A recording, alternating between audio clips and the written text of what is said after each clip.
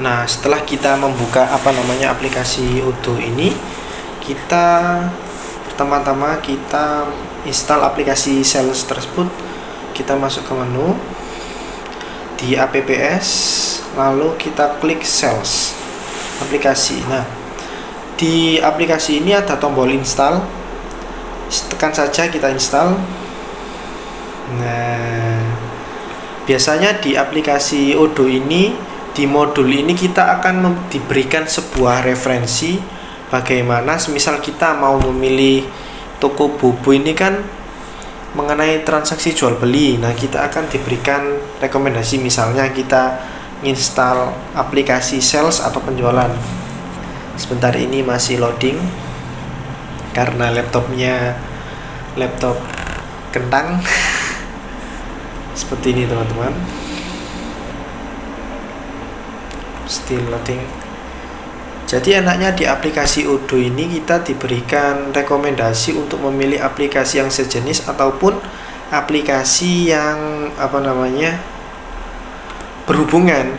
Jadi kita tidak dibiarkan memilih sendiri, tapi biasanya diberikan sebuah rekomendasi untuk memilih modul yang berhubungan. Contohnya sales, contohnya penjualan ini. Nah, atau contohnya ini seperti order approval atau komponen sales order. Nah, seperti itu. Masih loading.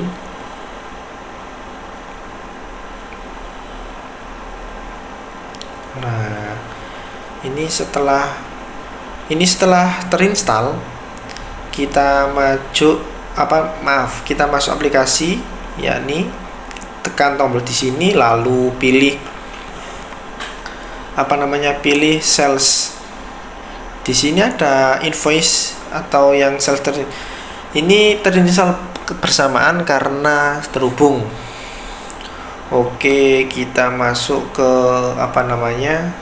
cara pemakaian. Bagaimana cara pemakaiannya? Kita klik yang kita install tadi. Untuk tampilan awal seperti ini, jadi datanya kosong, nggak ada data sama sekali teman-teman. Mari kita membuat satu penawaran.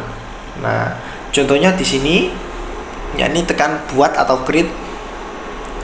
Ini adalah form untuk melakukan penambahan. Ada nama customer, ada nama payment terms, ada order limit atau application produk, ada payment terms.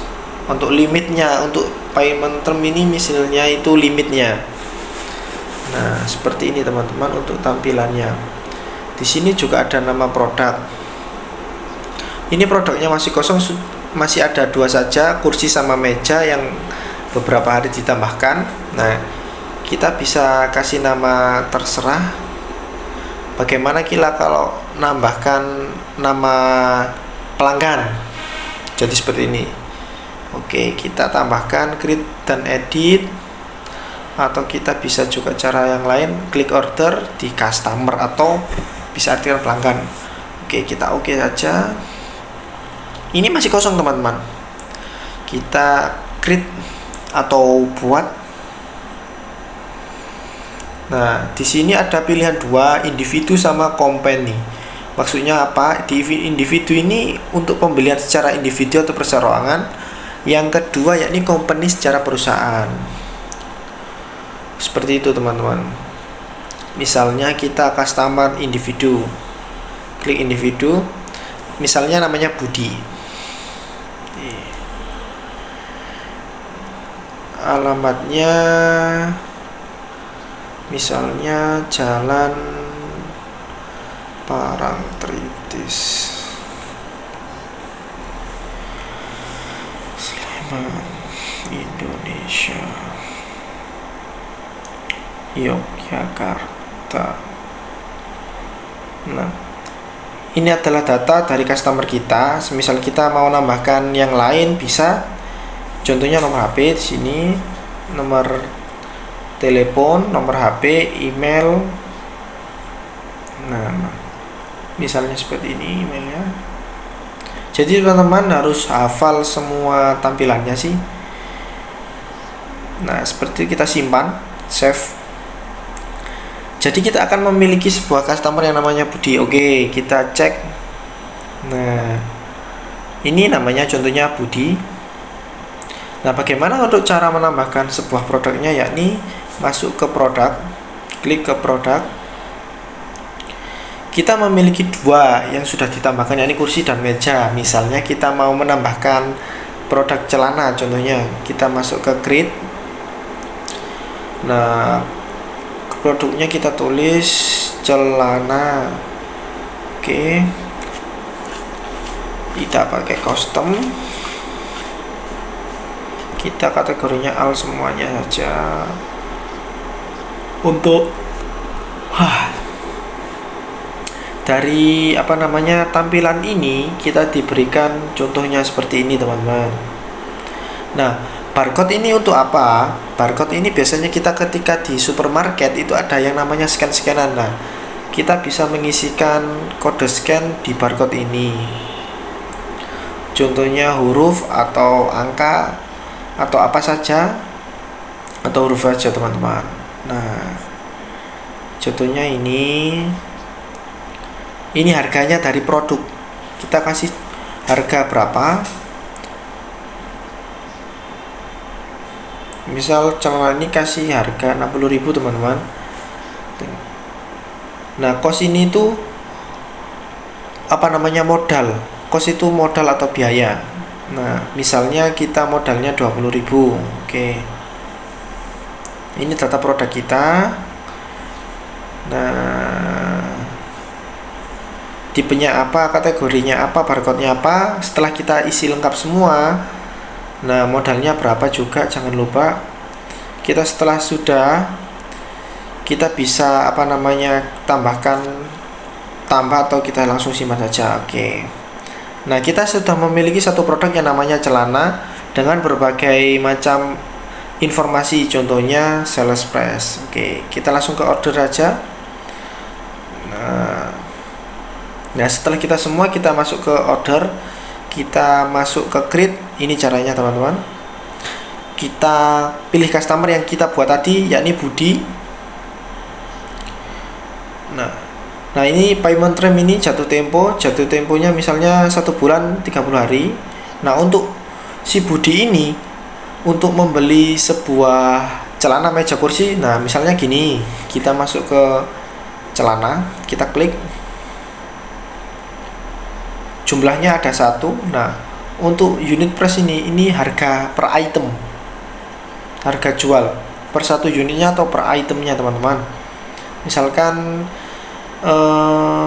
semisal Budi mau ambil 3 celana, kita kasih quantity 3, maka subtotalnya kan langsung otomatis jadi 60 kali 3, jadi 180 teman-teman. Seperti itu.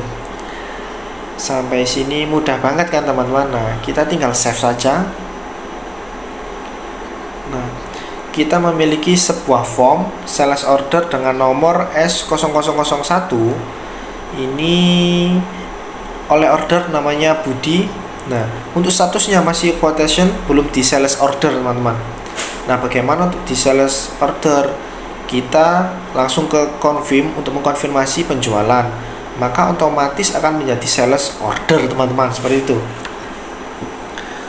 Nah, seperti ini teman-teman. Kita bisa print action. Nah, kita juga bisa mengedit sebuah formnya ini. Nah, seperti ini.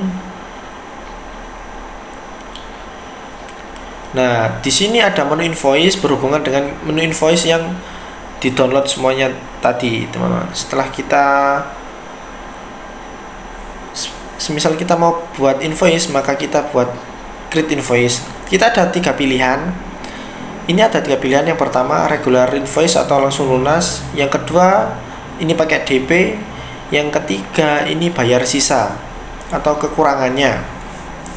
Misalnya si customer kita, si Budi ini langsung cash teman-teman, regular invoice. Nah, kita langsung kita create and view invoice. Nah, seperti itu teman-teman. Routing. Oke, nah di sini kita sudah memiliki sebuah draft invoice dengan nama Budi, data yang tadi teman-teman. Alamatnya Yogyakarta, Indonesia, Jalan Paranggratis. Nah, dengan nama produk ada celana, jumlahnya 3. Nah, si Budi membeli celana dengan jumlah 3 dengan harga per itemnya 60.000, totalnya 180.000 teman-teman. Oke, sama dengan yang di sales order tadi. Nah, di invoice. Nah, seperti ini teman-teman tampilannya. Kita coba lihat di menu invoice tadi apakah sama. Seharusnya sama teman-teman. Kita lihat. Nah, di sini kita customer Budi dengan source dokumennya tadi sama, sales personnya totalnya berapa dan bayarnya berapa. Oke, sama teman-teman. Oke, invoice kita klik. Nah, ini kan masih draft, kita mau post. Oke, customer sudah membayar, langsung kita klik post. Seperti itu teman-teman. Nah, setelah kita invoice, kita sudah mempost lalu mendapatkan sebuah invoice. Contohnya seperti ini teman-teman.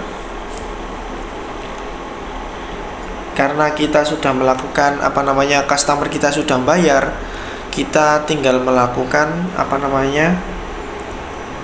memasukkan uangnya itu di jurnal di mana atau register paint. Nah, ini kan yang terpenting itu kita harus memastikan data-data yang kita inputkan untuk tadi sudah lengkap. Setelah itu kita masukkan register paint. Nah, contohnya seperti ini teman.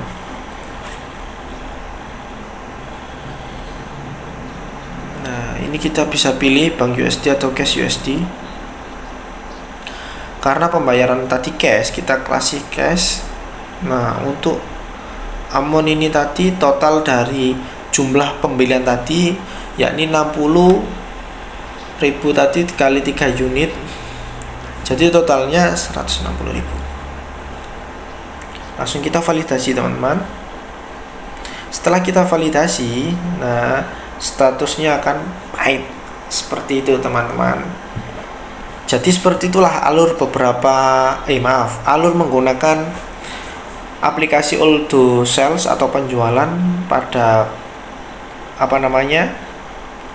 seperti itu. Cukup mudah dipelajari teman-teman.